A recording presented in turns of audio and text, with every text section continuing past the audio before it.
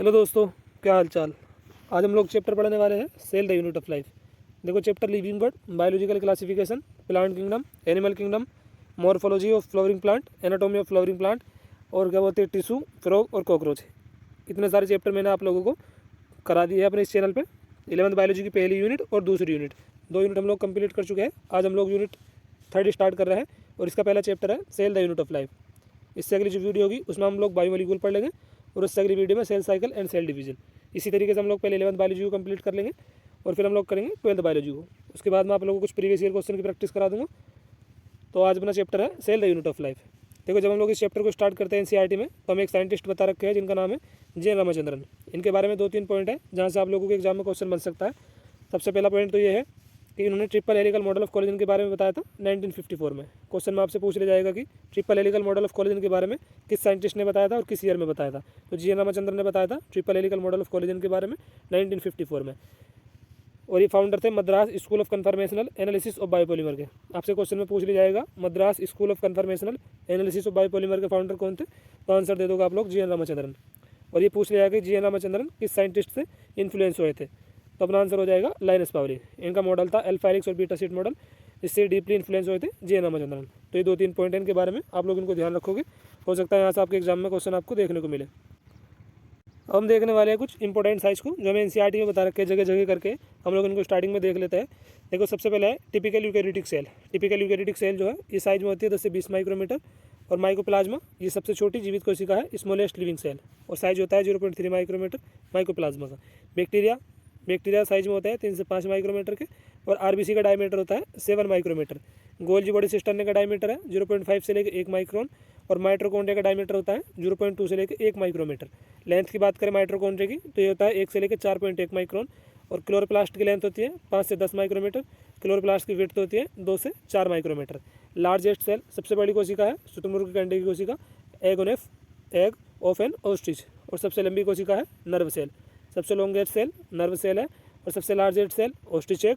सबसे smallest cell mycoplasma. और इस साइज इधर है टिपिकली यूकैरियोटिक सेल 10 से 20 माइक्रोमीटर की होती है। माइकोप्लाज्मा होते हैं साइज में 0.3 माइक्रोमीटर। बैक्टीरिया 3 से 5 माइक्रोमीटर। आरबीसी का diameter 7 micrometre. Golgi body cistern diameter में होता है 0.5 से लेकर 1 माइक्रोन। माइट्रोकॉन्ड्रिया का डायमीटर होता है 0.2 से लेकर 1 माइक्रोमीटर। और लेंथ होती है माइट्रोकॉन्ड्रिया की 1 से लेकर 4.1 माइक्रोन। क्लोरोप्लास्ट की लेंथ 5 से 10 माइक्रोमीटर। क्लोरोप्लास्ट की विड्थ होती है 2 से 4 माइक्रोमीटर। देखो जिन ऑर्गेनिज्म का शरीर बहुत सारी कोशिकाओं से मिलकर बनता है उन्हें बोला जाता है multi cellular organism. Multi cellular का एग्जांपल हो जाएगा जैसे ह्यूमन बीइंग। ह्यूमन बीइंग में क्या होता है, बहुत सारी सेल मिलकर टिश्यू का निर्माण करती है। बहुत सारी टिश्यू आपस में मिलकर किसी भी ऑर्गन से ऑर्गन सिस्टम का निर्माण होता है। और ऑर्गन सिस्टम से बॉडी ऑफ ऑर्गेनिज्म, किसी भी ऑर्गेनिज्म जैसे ह्यूमन बीइंग की हम बात कर रहे हैं तो इनका निर्माण होता है बहुत सारे ऑर्गन सिस्टम से मिलकर। ह्यूमन बीइंग में 11 टाइप्स के जो ऑर्गन सिस्टम है वो देखने को मिलता है। हम लोग ऑर्गन सिस्टम की बात जब हम लोग ह्यूमन फिजियोलॉजी पढ़ेंगे वहाँ पे कर लेंगे। अभी सिर्फ आप लोग इतना जानो कि जो ऑर्गेनिज्म है जिनका शरीर बहुत सारी कोशिकाओं से मिलकर बनता है उन्हें बोला जाता है मल्टी सेलुलर ऑर्गेनिज्म। अगर ऑर्गेनिज्म का शरीर सिंगल सेल से मिलकर बन रहा है तो इस टाइप के ऑर्गेनिज्म को बोला जाता है यूनिसेलुलर ऑर्गेनिज्म। इसके एग्जाम्पल हो जाएंगे जैसे अमीबा और पैरामीशियम। अब हम देखने वाले हैं difference between plant cell and animal cell. Plant cell में और एनिमल सेल में कुछ डिफरेंस है जहाँ से आप लोगों के एग्जाम में क्वेश्चन बन सकता है, तो उन डिफरेंस को देख लेते हैं। देखो प्लांट सेल में सेल वॉल और प्लास्टिड प्रेजेंट होते हैं, जबकि एनिमल सेल में सेल वॉल भी एब्सेंट होते हैं और प्लास्टिड भी। सेंट्रियोल की बात करें तो ये प्लांट सेल में एब्सेंट होता है और सेंट्रियोल प्रेजेंट होता है एनिमल सेल में। प्लांट सेल में जो वैक्यूल होती है वो लार्ज होती है और सेंटर में प्रेजेंट होती है जो वैक्यूल होती है कोशिका में। और यहाँ पे जो वैक्यूल होती है वो स्मॉल होती है, काफ़ी छोटी कोशिका, मतलब वैक्यूल यहाँ पे स्मॉल प्रेजेंट होती है। प्लांट सेल में लार्ज और सेंट्रल वैक्यूल होती है और वैक्यूल प्लांट सेल का 90% वॉल्यूम ऑक्यूपाई करके रखती है प्लांट कोशिका का। जो एडजेसेंट सेल है यहाँ पे कनेक्टेड होती है प्लाज्मोडेस्माटा द्वारा, और यहाँ पे एडजेसेंट सेल कनेक्टेड होती है डेस्मोसोम के द्वारा। और साइटोकाइनेसिस प्लांट सेल में होता है सेल प्लेट फॉर्मेशन द्वारा, और साइटोकाइनेसिस यहाँ पे होता है फर फॉर्मेशन द्वारा। तो ये कुछ इंपॉर्टेंट पॉइंट है, आप लोग इनको ध्यान रखोगे। सेल वॉल और प्लास्टिड प्लांट सेल में प्रेजेंट, एनिमल सेल में एब्सेंट। सेंट्रियोल यहाँ पे एब्सेंट, यहाँ पे प्रेजेंट। यहाँ पे लार्ज सेंट्रल वैक्यूल है, यहाँ पे वैक्यूल होती है स्मॉल। और यहाँ पे एडजेसेंट सेल कनेक्टेड होती है प्लाज्मोडेस्माटा द्वारा, और यहाँ पे डेस्मोसोम द्वारा। यहाँ पे साइटोकाइनेसिस होता है सेल प्लेट फॉर्मेशन द्वारा, और यहाँ पे साइटोकाइनेसिस होता है फर फॉर्मेशन द्वारा। और ये देखो डायग्राम है प्लांट सेल का, यहाँ पे दिखा रखा है structure of a plant cell. और ये है यहाँ पे वैक्यूल, यहाँ पे लार्ज और सेंट्रल वैक्यूल होती है प्लांट सेल में। और यहाँ पे दिखा रखा है एनिमल सेल को, इधर ये है एनिमल सेल। अब हम बात करने वाले हैं सेल की, कोशिका की। सेल स्ट्रक्चरल और फंक्शनल यूनिट है सभी लिविंग ऑर्गेनिज्म की। सेल हाइपोथेसिस के बारे में बताया था एक साइंटिस्ट थे स्वान, इन्होंने बताया था सेल हाइपोथेसिस के बारे में। इन्होंने बताया था कि जो एनिमल की बॉडीज़ है और प्लांट की जो बॉडी होती है वो मिलकर बनी होती है कोशिका से और कोशिका के प्रोडक्ट से। एनिमल की बॉडीज़ और प्लांट की जो बॉडीज़ है वो सेल से और सेल के प्रोडक्ट से मिलकर बनती है, इसके बारे में बताया था स्वान ने। और नेक्स्ट पॉइंट अपना रुडोल्फ विर्चो, इन्होंने बताया था ओमनी सेलुला ई सेलुला के बारे में। और ये क्वेश्चन हमसे पूछा गया है नीट 2019 में। ये क्वेश्चन पूछा गया हमसे नीट 2019 में कि ओमनी सेलुला ई सेलुला के बारे में किस साइंटिस्ट ने बताया था, तो अपना आंसर हो जाएगा रुडोल्फ विर्चो। इन्होंने बताया था कि कोई भी जो न्यू कोशिका का फॉर्मेशन होता है वो प्री एग्जिस्टिंग कोशिका से ही होता है। The cell divide and new cell are form from pre existing cell. नई कोशिका का निर्माण प्री एग्जिस्टिंग कोशिका से होती है, इसके बारे में बताया था रुडोल्फ विर्चो ने। और ये क्वेश्चन हमसे पूछा गया है नीट 2019 में। न्यूक्लियर मेम्ब्रेन प्रोकैरियोटिक सेल में तो होती है एब्सेंट और यूकैरियोटिक सेल में होती है प्रेजेंट। प्रोकैरियोटिक सेल के बारे में कुछ पॉइंट है जो हमें एनसीईआरटी में बता रखा है, इन पॉइंट्स को देखने वाले अब हम लोग। प्रोकैरियोटिक जो कोशिका है उसमें मेम्ब्रेन बाउंड ऑर्गेनल एब्सेंट होते हैं। मेम्ब्रेन बाउंड ऑर्गेनल हमें एनसीईआरटी में बता रखे हैं 3 टाइप्स के। डबल मेम्ब्रेन बाउंड ऑर्गेनल, जो ऑर्गेनल 2 मेम्ब्रेन से घिरे होते हैं, जिसका एग्जाम्पल है डबल मेम्ब्रेन बाउंड ऑर्गेनल का mitochondria, chloroplast and nucleus. Single membrane bound organelle, जो सिंगल मेम्ब्रेन से घिरे होते हैं, जैसे लाइसोसोम हो गया, वैक्यूल हो गया, एंडोप्लाज्मिक रेटिकुलम होगा। और नॉन मेम्ब्रेन बाउंड ऑर्गेनल, इसका एग्जांपल हो जाएगा राइबोसोम, सेंट्रोसोम, सेंट्रियोल्स। तो ये कुछ एग्जांपल्स हमें मेम्ब्रेन बाउंड ऑर्गेनल के एनसीईआरटी में बता रखे हैं। ये देखो हमें बता रखे हैं ऑर्गेनल 3 टाइप्स के। डबल मेम्ब्रेन बाउंड ऑर्गेनल जो 2 मेम्ब्रेन से घिरे होते हैं, इनमें 2 मेम्ब्रेन होती है। क्लोरोप्लास्ट और माइटोकॉन्ड्रिया का डायग्राम अपने एनसीईआरटी में देखा भी होगा कि इनमें 2 मेम्ब्रेन होती है। आउटर मेम्ब्रेन होती है और एक होती है इनर मेम्ब्रेन। ये 2 मेम्ब्रेन से घिरे होते हैं। जो सिंगल मेम्ब्रेन बाउंड ऑर्गेनल है, इनमें सिंगल मेम्ब्रेन प्रेजेंट होती है, ये सिंगल मेम्ब्रेन से घिरे होते हैं। इसका एग्जांपल हो जाएगा जैसे Golgi bodies, vacuole, endoplasmic reticulum, thylakoid, microbodies. Non membrane bound organelle जो है इनमें कोई भी मेम्ब्रेन नहीं होती, ये मेम्ब्रेन से घिरे नहीं होते हैं। एग्जांपल हो जाएगा नॉन मेम्ब्रेन बाउंड ऑर्गेनल का राइबोसोम, इंक्लूजन बॉडीज, न्यूक्लियोलस और सेंट्रोसोम। देखो माइटोकॉन्ड्रिया एक डबल मेम्ब्रेन बाउंड ऑर्गेनल का एग्जांपल है। इसमें 2 मेम्ब्रेन होती है, एक तो होती है आउटर मेम्ब्रेन, एक होती है इनर मेम्ब्रेन। जो सिंगल मेम्ब्रेन बाउंड ऑर्गेनल है उनमें सिंगल मेम्ब्रेन प्रेजेंट होती है और नॉन मेम्ब्रेन बाउंड ऑर्गेनल इनमें कोई भी मेम्ब्रेन प्रेजेंट नहीं होती। ये देखो यहाँ पे प्रोकैरियोटिक कोशिका के बारे में हम लोग पढ़ रहे थे, इनमें मेम्ब्रेन बाउंड ऑर्गेनल एब्सेंट होते हैं। मेम्ब्रेन बाउंड ऑर्गेनल के कितने टाइप्स है ये मैंने आप लोगों को बता दिया है। और मेम्ब्रेन बाउंड ऑर्गेनल से क्वेश्चन पूछा गया है नीट 2016 में, सिंगल मेम्ब्रेन बाउंड ऑर्गेनल से। अगले महीने में जब हम लोग प्रीवियस ईयर क्वेश्चन की प्रैक्टिस करेंगे तो मैं आप लोगों को तब दिखाऊंगा कि कहाँ से मतलब किस चैप्टर से क्वेश्चन पूछे गए हैं। अभी हम लोग चैप्टर पढ़ रहे हैं, अगले महीने में मैं आप लोगों को प्रीवियस ईयर क्वेश्चन की प्रैक्टिस करा दूंगा नीट 2013 से लेकर और 2024 तक के जितने भी क्वेश्चन हैं। पहले हम लोग बायोलॉजी कंप्लीट करेंगे 11th की, फिर 12th की। और 10 मार्च से मैं आप लोगों को प्रीवियस ईयर क्वेश्चन की भी प्रैक्टिस कराने वाला हूँ अपने इसी चैनल पर मेडिको प्रेप पे।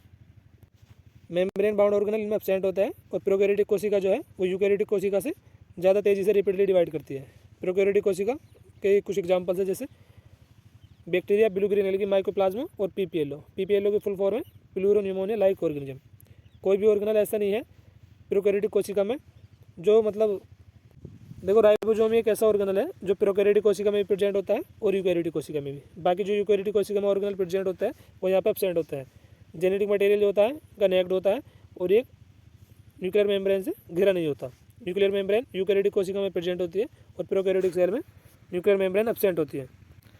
सेल इनवेलप ये मिलकर बना होता है प्रोकैरियोटिक कोशिका में 3 लेयर्स है। आउटर ग्लाइकोकेलिक्स, मिडिल में होती है सेल वॉल और इनर में होती है plasma membrane. Plasma membrane selective permeable होती है नेचर में, ये सिर्फ सेलेक्टेड मॉलिक्यूल को अपने अंदर एंटर करने देती है। मिडिल में होती है सेल वॉल। सेल वॉल का काम है बैक्टीरिया की सेल को शेप प्रोवाइड करना और बैक्टीरिया की सेल्स को बस्टिंग और कोलैप्स होने से बचा के रखना, ये काम है सेल वॉल का। आउटर में होती है ग्लाइकोकेलिस। ग्लाइकोकेलिस लूज शीट की फॉर्म में भी हो सकती है और थिक और टफ भी। थिक टफ ये मिल बनाती है कैप्सूल को, लूज शीट इसे बोला जाता है स्लाइम लेयर। मीजोजोम्स ये प्रोकैरियोटिक कोशिका में प्रेजेंट होता है और ये सेल मेम्ब्रेन के डिफरेंशिएटेड फॉर्म है।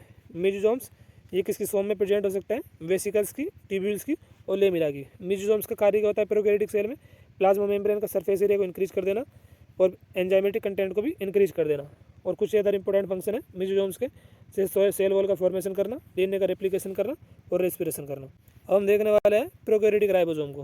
प्रोकैरियोटिक राइबोसोम 70S होता है, ये 2 सब यूनिट से मिलकर बनते हैं 50S प्लस 30S से। 50S 30S मिलकर बनाती है 70S। राइबोसोम साइज में होता है 15 से 20 नैनोमीटर के।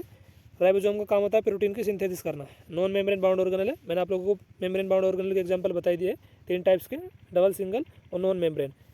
सिविल राइबोसोम मैसेंजर आरएनए से जुड़ के एक चेन बना लेते हैं जिन्हें बोला जाता है पॉलीजोम और पॉलीराइबोसोम। और ये क्वेश्चन भी कई बार पूछा जा चुका है नीट 2019 में कि मैसेंजर आरएनए से कुछ राइबोसोम जुड़ने पे किसका निर्माण होता है, तो पॉलीजोम और पॉलीराइबोसोम अपना आंसर हो जाएगा। इनका काम होता है मैसेंजर आरएनए को प्रोटीन में ट्रांसलेट कर देना। Inclusion bodies in non membrane bound organelle है और प्रोकैरियोटिक कोशिका के साइटोप्लाज्म में फ्रीली लाई करती है इंक्लूजन बॉडीज। ये एग्जांपल हमें एनसीईआरटी में बता रखे हैं इंक्लूजन बॉडीज के कुछ, phosphate granules, cyanophycin granules, glycogen granules. Reserve material prokaryotic cell, prokaryotic कोशिका में रिजर्व फूड मटेरियल है साइटोप्लाज्म में पाए जाने वाला इंक्लूजन बॉडी जो है। और एग्जांपल हमें एनसीईआरटी में बता रखा है phosphate granules, cyanophycin granules, glycogen granules. Gas vacuole ये पाई जाती है blue green, purple and green photosynthetic bacteria में। अब हम बात करने वाले हैं यूकैरियोटिक सेल की। तो यहाँ पे मेम्ब्रेन बाउंड ऑर्गेनल प्रेजेंट होते हैं, डबल बी, सिंगल बी और नॉन मेम्ब्रेन भी यूकैरियोटिक कोशिका में, except Monera other 4 kingdom possess eukaryotic organisation. देखो जब हम लोग चैप्टर पढ़ रहे थे बायोलॉजिकल क्लासिफिकेशन, तो वहाँ एक साइंटिस्ट थे जिन्होंने हमें बताया था 5 किंगडम सिस्टम ऑफ क्लासिफिकेशन के बारे में। और यहाँ पे बात हो रही है आर एच विटेकर की। आर एच विटेकर ने 5 किंगडम सिस्टम ऑफ क्लासिफिकेशन के बारे में बताया था। जब हम लोग चैप्टर बायोलॉजिकल क्लासिफिकेशन पढ़ते हैं तो वहाँ पर हमको बता रखा है 5 किंगडम के बारे में। 5 किंगडम थे मोनेरा, प्रोटिस्टा, फंजाई, प्लांटी और Animalia. Monera, protista,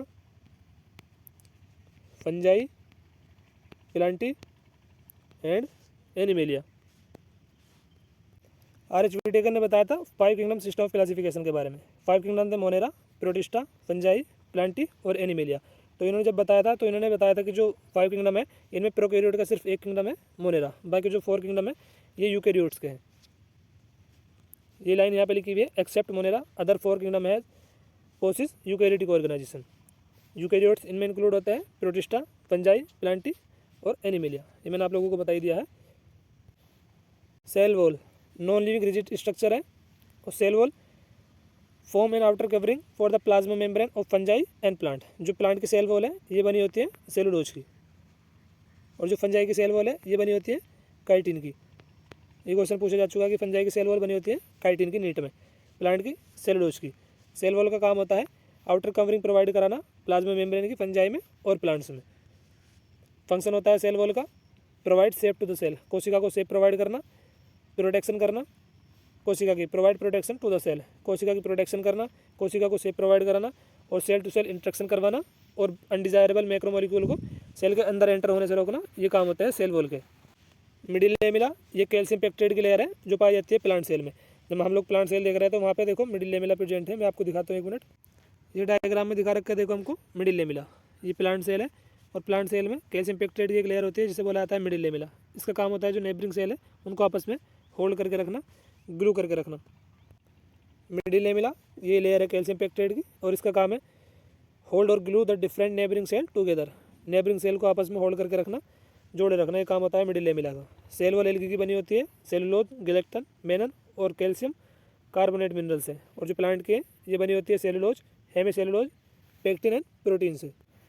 cell membrane बनी होती है लिपिड की और प्रोटीन की। Cell membrane is mainly composed of lipid and protein. Lipid और प्रोटीन से मिलकर बनती है सेल मेम्ब्रेन। जो मेजर लिपिड होते हैं सेल मेम्ब्रेन को बनाने वाले उनमें है मेजर फॉस्फोलिपिड। जो फॉस्फोलिपिड है ये अरेंज होते हैं बाई लेयर में।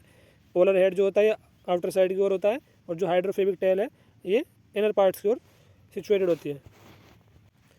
आरबीसी की जो मेम्ब्रेन है ह्यूमन बीइंग में पाई जाने वाली आरबीसी की जो मेम्ब्रेन है ये मिलकर बनी होती है प्रोटीन और लिपिड से।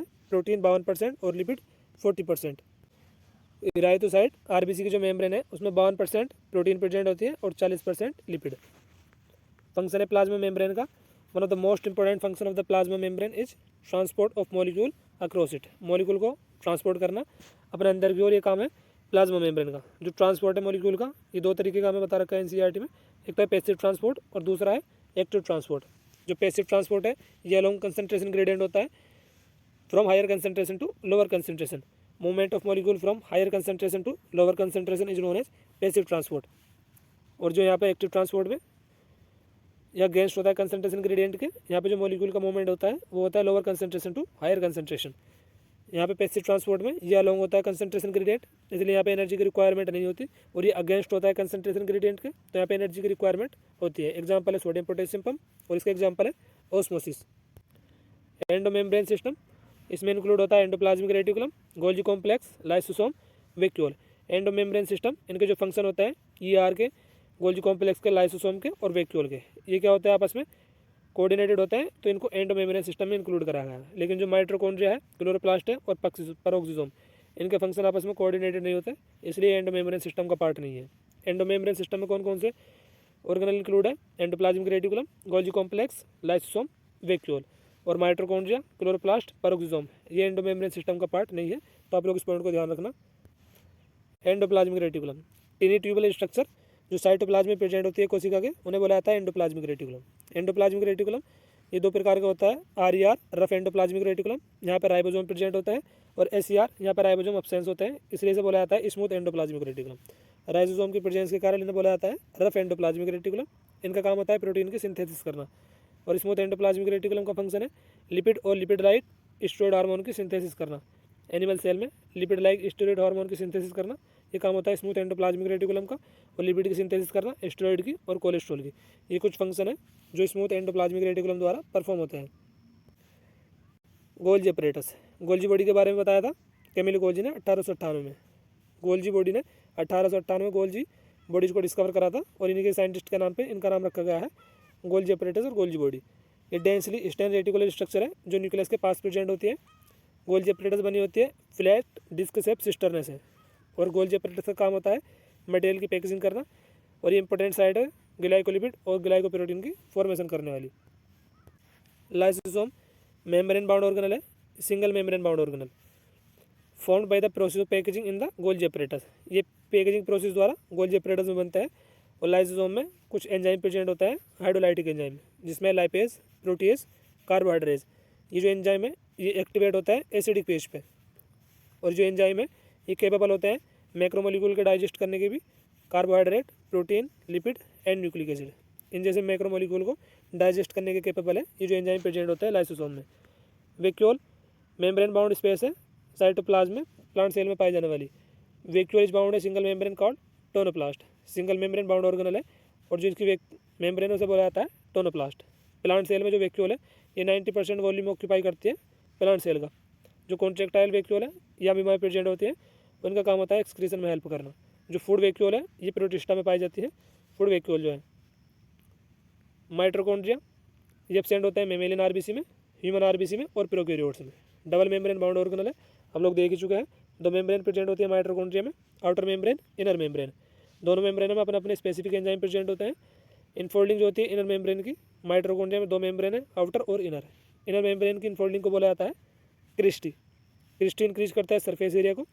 माइटोकॉन्ड्रिया सेलुलर एनर्जी प्रोड्यूस करता है इन फॉर्म ऑफ ATP, इसलिए माइटोकॉन्ड्रिया को एक दूसरे नाम से भी जाना जाता है जिसे बोलते हैं power house of cell. Mitochondria के मैट्रिक्स में single circular DNA molecule, 70S ribosome और RNA मॉलिक्यूल प्रेजेंट होता है। स्ट्रक्चर ऑफ माइटोकॉन्ड्रिया ये मैं बता रखी outer membrane, inner membrane. Matrix में RNA DNA मॉलिक्यूल प्रेजेंट होता है और इंटर मेम्ब्रेन स्पेस है, और इनर मेम्ब्रेन के इनफोल्डिंग को बोला जाता है क्रिस्टी। हम देखने वाले हैं प्लास्टिड को। प्लास्टिड प्लांट सेल में और यूग्लिनोइड्स में प्रेजेंट होता है। Based on the type of pigment plastid are classify into 3 categories. Pigment के आधार पर प्लास्टिड को 3 कैटेगरीज में क्लासीफाई करा गया है। पहला है क्लोरोप्लास्ट, दूसरा है क्रोमोप्लास्ट और तीसरा है ल्यूकोप्लास्ट। ल्यूकोप्लास्ट जो है ये कलरलेस प्लास्टिड है, इनका काम होता है न्यूट्रिएंट को स्टोर करके रखना। अमाइलोप्लास्ट ये कार्बोहाइड्रेट को स्टोर करते हैं, एग्जाम्पल हो जाएगा जैसे पोटैटो। जो इलायोप्लास्ट है ये स्टोर करते हैं ऑयल को और फैट को। एल्यूरोप्लास्ट ये स्टोर करता है प्रोटीन को। Chromoplast fat soluble carotenoid pigment इनमें प्रेजेंट होता है, जिसे कैरोटिन और जेंथोफिल। और क्रोमोप्लास्ट का काम है प्लांट को येलो, ऑरेंज और रेड कलर प्रोवाइड करना। जो क्लोरोप्लास्ट है इनमें क्लोरोफिल और कैरोटिनॉइड पिगमेंट प्रेजेंट होता है। Chloroplast which are responsible for trapping light energy for photosynthesis. Photosynthesis के लाइट एनर्जी को ट्रैप करना ये काम होता है क्लोरोप्लास्ट का। और डबल मेम्ब्रेन बाउंड ऑर्गेनल है, इसमें भी 2 मेम्ब्रेन प्रेजेंट होती है, एक आउटर मेम्ब्रेन और एक इनर मेम्ब्रेन।